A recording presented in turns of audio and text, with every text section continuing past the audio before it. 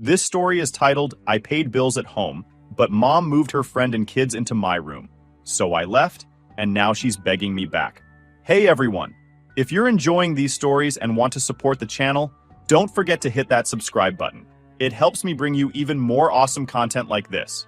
Now let's start the video. OP starts by saying, living at home at 23 isn't exactly what I had planned for my life, but it worked out for the most part. I wasn't freeloading or anything. I paid rent, covered the electricity bill, and even paid for my mom's phone plan. It's not like I was just lying around eating snacks and playing video games. Honestly, the deal was pretty good. I had my own space, got home-cooked meals, and could focus on my freelance work without worrying too much about big expenses. I had even turned my room into a mini studio for my content creation gigs, which I was hoping would take off soon. Everything was fine until my mom's best friend Kelly moved in with her 2 kids. I wasn't thrilled about it, but I understood the situation. Kelly was going through a nasty divorce, and her husband, according to my mom, was a complete jerk. They needed somewhere to stay, and our house was their best option. I thought it would be temporary, just a few weeks until Kelly got back on her feet. At first, they stayed in the guest room, and it wasn't a big deal. Sure, the kids were a little loud, but I just closed my door and put on my headphones. It wasn't ideal, but I could manage. The guest room wasn't huge, but it was enough for Kelly and her kids to crash in for a while. I figured that was the arrangement, and I didn't give it much thought. That changed fast. One day I came home after running some errands and noticed something weird right away. My door was open and I could hear kids laughing inside. When I walked in, I couldn't believe what I was seeing. My bed was covered in toys, my desk chair was moved, and one of the kids was on my computer. My studio setup, my expensive microphone, lighting, and camera was shoved to the corner of the room like it didn't matter. Kelly's kids were running around like they owned the place, and all my stuff was just out of place. I yelled, "What the hell is going on?" Probably louder than I should have, but I was in shock. My mom walked in and immediately started scolding me, like I was the one out of line. She said, "Calm your tits, it's not a big deal. The kids needed more space and your room is the biggest. It's only fair." Fair? My room? The one I was paying rent for? I told her I wanted them out of my room immediately, but she brushed me off like I was being ridiculous. "They need to be comfortable," she said. "You're being selfish." Selfish? I couldn't believe what I was hearing. This wasn't about comfort. It was about respect. My room wasn't just a place I slept in. It was where I worked. My studio setup had cost me over $3,000, and it wasn't something I could just throw into a corner and ignore. I explained all of this, but my mom wasn't having it. "They're just kids," she said, "and they want to play on your computer. Stop making such a fuss." I shut that idea down immediately. "No way are they touching my equipment," I said. "If anything happens to it, I'm screwed." That's when Kelly chimed in. She said, "Oh, come on. They're just curious, and you can't blame them. Maybe if you weren't so uptight, they'd listen to you." I was stunned. Uptight? I wasn't uptight. I was trying to protect my stuff. Stuff I worked hard for. I told her flat out that the kids weren't allowed to touch my things, and if they did, I'd hold her responsible. That didn't go over well. She called me selfish too, and my mom agreed with her. It was like I was suddenly the bad guy in my own home. After that first blow-up, things in the house got tense. I couldn't believe my mom and Kelly were siding against me, especially when I was the one paying rent, but I figured they'd realize how ridiculous this was after they calmed down. The next day, I tried talking to my mom again. I explained how much my studio equipment meant to me, not just financially, but professionally. Freelancing isn't just some hobby, it's my job. Without my gear, I couldn't do my work, and replacing it would take me months, maybe even years to save up for. I told her, "Mom, I'm not trying to be a jerk, but this isn't fair. I'm paying rent for that room, and you just gave it away without even asking me." Her response? "You're being dramatic. It's my house, and I decide what happens in it." I was stunned. "Your house? I pay rent. I'm contributing here, not just squatting for free." She shrugged like it didn't matter. "The kids need space. Your brother's room is too small, and your sister's room is full of her things. Besides, your room has all that fancy stuff and they like it better." I couldn't believe what I was hearing. My siblings, both 15, had rooms that were perfectly fine. Sure, my brother's room was smaller, but it was big enough for 2 kids. My sister's room was almost as big as mine, and honestly, she barely used it since she was always out with her friends. But my mom wouldn't even consider it. "The kids love your room because it's cooler," she said. "All your fancy gadgets make it more fun for them." Fun? This wasn't about fun. My room wasn't some playhouse for Kelly's kids to mess around in. It was where I worked, where I relaxed, where I lived. I told her, if they break anything, are you going to replace it? Because I can't afford to. That's when Kelly chimed in again. Oh, stop being so paranoid. They're kids, not monsters. If you'd just let them play, they'd probably leave your stuff alone, I snapped. Let them play? On my $3,000 setup? Are you serious? No way. Kelly rolled her eyes and said, You're being selfish. This is a hard time for us, and you're making it all about you. At that point, I couldn't take it anymore. I turned to my mom and said, If they're staying in my room, I need to move my stuff out. I can't risk them damaging it. She laughed, actually laughed, and said, Where are you going to put it? There's no space anywhere else. So I'm just supposed to let them trash my stuff? I asked, my voice rising. How is that fair? My mom just shook her head. Life isn't fair. You're an adult. You should be able to handle a little inconvenience. A little inconvenience? Being kicked out of my own room wasn't a little inconvenience. It was disrespectful. I was paying rent for that space, and now I couldn't even use it. And on top of that, I wasn't allowed to go into my room anymore. My mom said it was their space now and that I had no right to barge in. For the next few days, I tried to stay out of the house as much as possible. I'd hang out at coffee shops trying to get work done on my laptop, but it wasn't the same. Without my studio setup, my productivity tanked. I was falling behind on deadlines and my stress levels were through the roof. I tried one last time to reason with my mom. Look, I said, I'll make a deal. Let me move my setup into the guest room and they can stay in my room. That way, I can still work and they can have the space they need. She didn't even think about it. The guest room is too cramped for all your stuff. You'll just have to wait until Kelly gets back on her feet. How long is that going to take? I asked, frustrated. She shrugged. As long as it takes. You don't get to set deadlines for other people's struggles. I couldn't believe this was happening. It wasn't like I hated Kelly or her kids. I understood they were going through a rough time, and I was willing to help. But this wasn't helping. It was enabling. Kelly wasn't paying anything to stay with us, and now I was basically being pushed out of my own life to accommodate them. Later that night, I overheard Kelly talking to my mom in the kitchen. She was complaining about me, calling me selfish and immature. She said, He doesn't even understand how hard this is for us. He's just being a brat. My mom agreed, saying, He's always been stubborn. He'll get over it. That was the final straw. I realized they didn't care about me or my situation. I was just a paycheck to my mom and a roadblock to Kelly and her kids. They weren't going to listen, and they weren't going to change. The next day, I started looking for rooms to rent. It wasn't an easy decision. I loved living at home, despite the occasional drama. It was affordable, and I got along with my siblings. But I couldn't stay in a place where I wasn't respected. After days of feeling like a stranger in my own home, I decided enough was enough. It wasn't just about the room anymore. It was about respect. I was paying rent, contributing to bills, and trying to build a future for myself. But none of that seemed to matter to my mom or Kelly. They had decided my needs came last, and I was tired of it. One night, I sat my mom down in the living room. My siblings were upstairs, and Kelly was putting her kids to bed. So it was just the two of us. I figured if I could make her see how serious I was, she'd finally listen. Mom, I started, keeping my voice calm. We need to talk. She gave me a tired look. What now? I can't keep living like this, I said. I've been paying rent for that room, and now I can't even use it. You gave it away without asking me, and it's not fair. She sighed and leaned back on the couch. We've been over this. It's temporary. Kelly and the kids are going through a hard time. You're young, and you can adapt. That's not the point, I shot back. It's not about adapting. It's about respect. You didn't ask me. You just decided my room wasn't mine anymore. And now I can't even work because all my stuff is packed up or shoved into a corner. You're being dramatic, she said, waving me off. This is my house, and I get to decide what happens in it.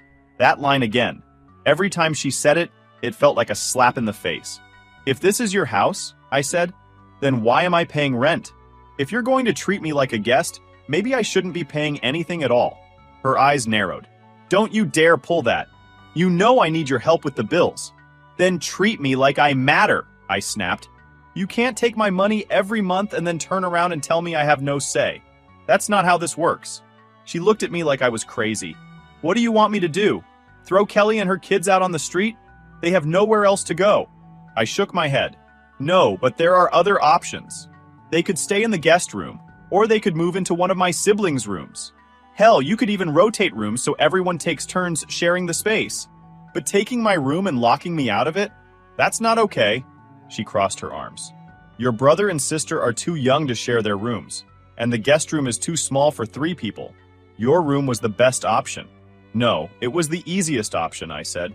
You didn't want to deal with the hassle, so you dumped it on me. At that point, I could feel my frustration boiling over. I'll make this simple, I said, looking her straight in the eye. Either Kelly and the kids move out of my room, or I move out of the house. Those are your options. She blinked, caught off guard. Don't be ridiculous. Where would you even go? I've already started looking for rooms to rent, I told her. If you're not going to respect me or the fact that I'm paying to live here, then I'll find somewhere else to live. She scoffed. You're bluffing. You can't afford to move out. I leaned back and crossed my arms. Try me. The next few days were tense. I didn't bring up the ultimatum again, but it hung in the air like a storm cloud. My mom didn't take me seriously, which just made me more determined. I spent every spare moment scrolling through rental listings, messaging landlords, and figuring out my budget. It wasn't going to be easy, but I knew I could make it work if I cut back on non-essentials. Meanwhile, things at home were worse than ever. Kelly's kids had turned my room into their personal playground, and I couldn't do anything about it. I wasn't even allowed to step inside without someone throwing a fit. Once, I tried to grab a few things I'd left behind, a pair of headphones and some books, and Kelly snapped at me. What are you doing in here? She demanded, standing in the doorway with her hands on her hips. I need my stuff, I said, trying to keep my voice calm. She shook her head. You can't just barge in whenever you want. This is their room now. I stared at her, speechless. Are you kidding me? This is my room. Not anymore, she said, her tone icy. You need to respect their space. Respect their space? The irony nearly made me laugh. I'm paying rent for this room, I said, through gritted teeth. I'll grab my stuff and leave. But don't tell me to respect their space when no one respects mine. She muttered something under her breath and walked away. But the damage was done. That was the moment I realized there was no fixing this. My mom wasn't going to back me up, and Kelly wasn't going to change. If I wanted things to get better, I'd have to take matters into my own hands. A week after the ultimatum, I found a room for rent that I could afford. It wasn't anything fancy, a small place in an older building, but it was mine. The landlord was friendly, and the space was clean enough. Most importantly, I could set up my studio without worrying about kids touching my equipment. I didn't tell my mom right away. I wanted to make sure everything was finalized before I dropped the bombshell. When I signed the lease, I felt a strange mix of relief and sadness. Moving out wasn't what I had planned, but staying wasn't an option anymore. I had to put myself first. Even if it meant leaving behind the home I'd grown up in, the next step was moving my stuff out. I knew it wasn't going to be easy, especially with my mom and Kelly breathing down my neck, but I didn't care anymore. I was done playing nice. Once I signed the lease for my new place, I knew I had to act fast. If I gave my mom too much notice, she'd find a way to make the move even harder. So I planned it out carefully. I told a few close friends what was going on, and 2 of them agreed to help me pack and move my stuff. One of them even offered to record everything on their phone, just in case things got ugly. The night before the move, I sat down with my mom one last time. I wanted to give her one final chance to make things right. Mom, I started, keeping my voice calm. I've found a place to rent, and I'm moving out tomorrow. She looked up from her phone, surprised. You're really doing this? Yeah, I said, nodding. You didn't leave me much choice. She rolled her eyes. You're overreacting. This whole thing is temporary. You're leaving over nothing. It's not nothing, I said firmly. You gave away my room, locked me out of it, and told me I didn't have a say in the matter. I'm paying rent, and you treated me like I was just disposable. She sighed, like I was exhausting her. You know I need your rent money to keep this house running. If you leave, how am I supposed to pay the bills? I felt a pang of guilt, but I pushed it aside. That's not my problem anymore, I said. You made it clear that this isn't my house. You said it's your house, your rules. Well, if that's the case, then I don't have to stay here. She glared at me. So you're just going to leave us high and dry? I shrugged. You can ask Kelly to start paying rent, or her husband since they're still married. I don't owe you anything. She didn't say anything after that, just gave me a cold look and went back to her phone. I took that as my cue to leave. The next day, my friends showed up bright and early with a couple of cars and a rented van. We were ready to get everything done as quickly as possible. I'd already packed most of my stuff into boxes, but I still had to get my studio set up out of my old room. When we got to the house, Kelly and her kids were already awake. The kids were running around the living room, and Kelly was sitting at the kitchen table with a cup of coffee. She gave me a suspicious look as soon as I walked in. What's going on? She asked, narrowing her eyes. I'm moving out, I said simply. Her eyebrows shot up. Seriously? You're leaving because of this? That's pathetic. I ignored her and headed upstairs to my room, or what used to be my room. When I opened the door, the sight almost made me sick. My bed was covered in stuffed animals and toys, and my desk was piled high with random junk. My computer, microphone, and camera were shoved into a corner, looking like they hadn't been touched in weeks. I turned to one of my friends. Start recording. He pulled out his phone and began filming as I carefully started packing up my equipment. Kelly must have realized what was happening because she came upstairs and started yelling. You can't just barge in here and start taking stuff, she shouted. This is their room now. I turned to her, trying to stay calm. It's my stuff, Kelly. I paid for it, and I'm taking it with me. She crossed her arms. You're being ridiculous. You're throwing a tantrum over a couple of kids needing space. This isn't a tantrum, I said, my voice steady. This is me standing up for myself. You and my mom have treated me like I don't matter, and I'm done with it. She started yelling again, but I tuned her out and kept packing.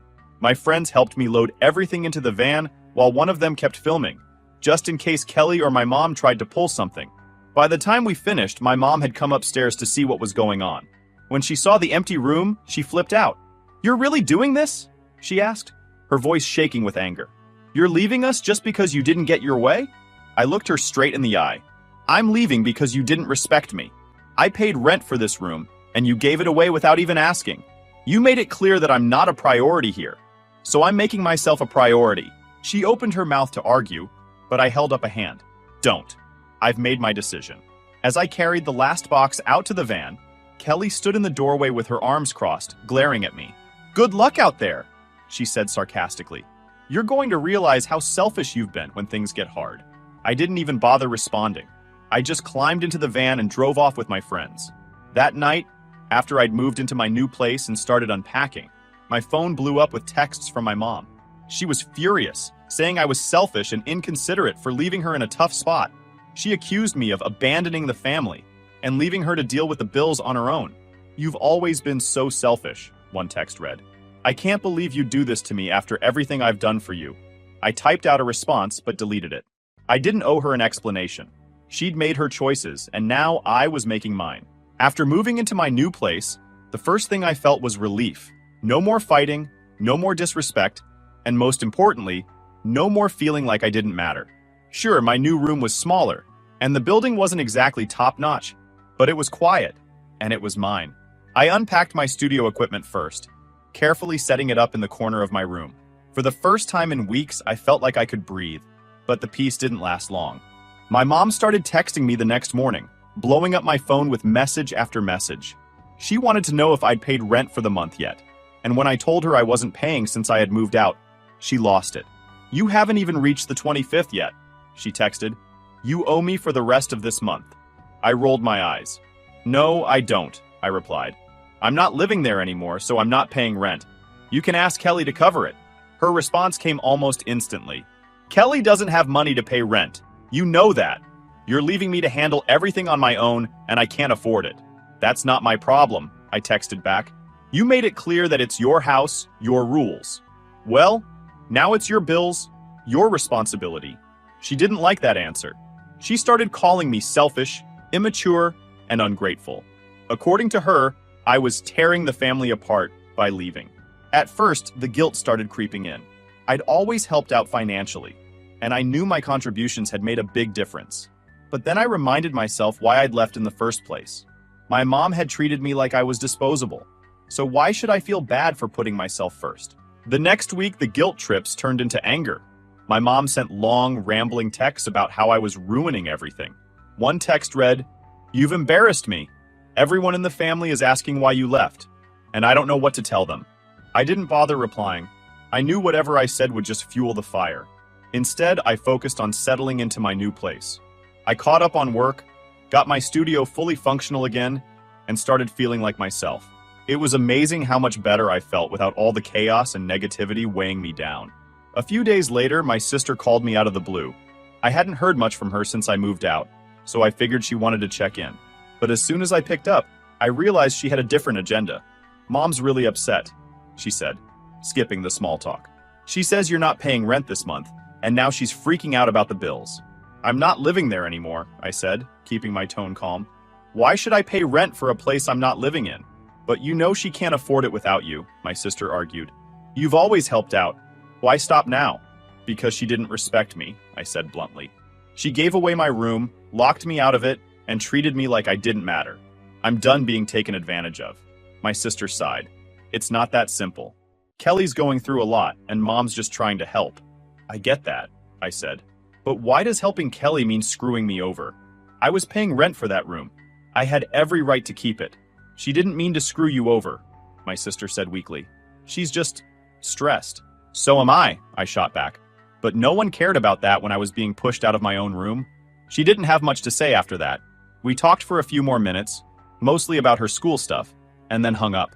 I could tell she was stuck in the middle, but I wasn't going to let her guilt me into changing my mind. As the days went on, the texts from my mom started tapering off. I think she realized I wasn't going to budge. But then she pulled one last stunt that made me glad I'd left. One morning, I woke up to a text from a cousin I hadn't spoken to in years.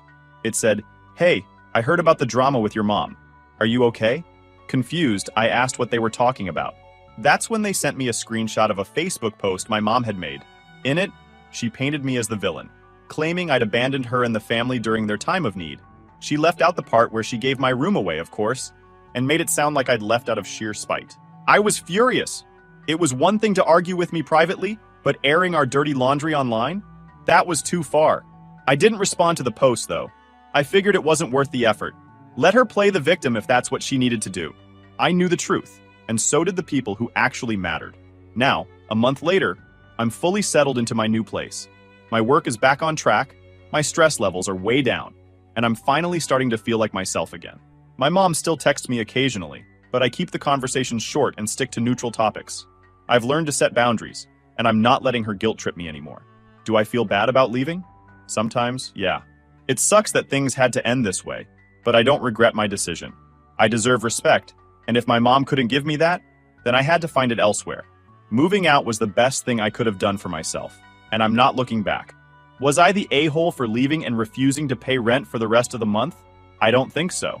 I tried to be reasonable, but my mom made it clear that I didn't matter as much as Kelly and her kids. At the end of the day, I had to put myself first. If that makes me selfish, so be it.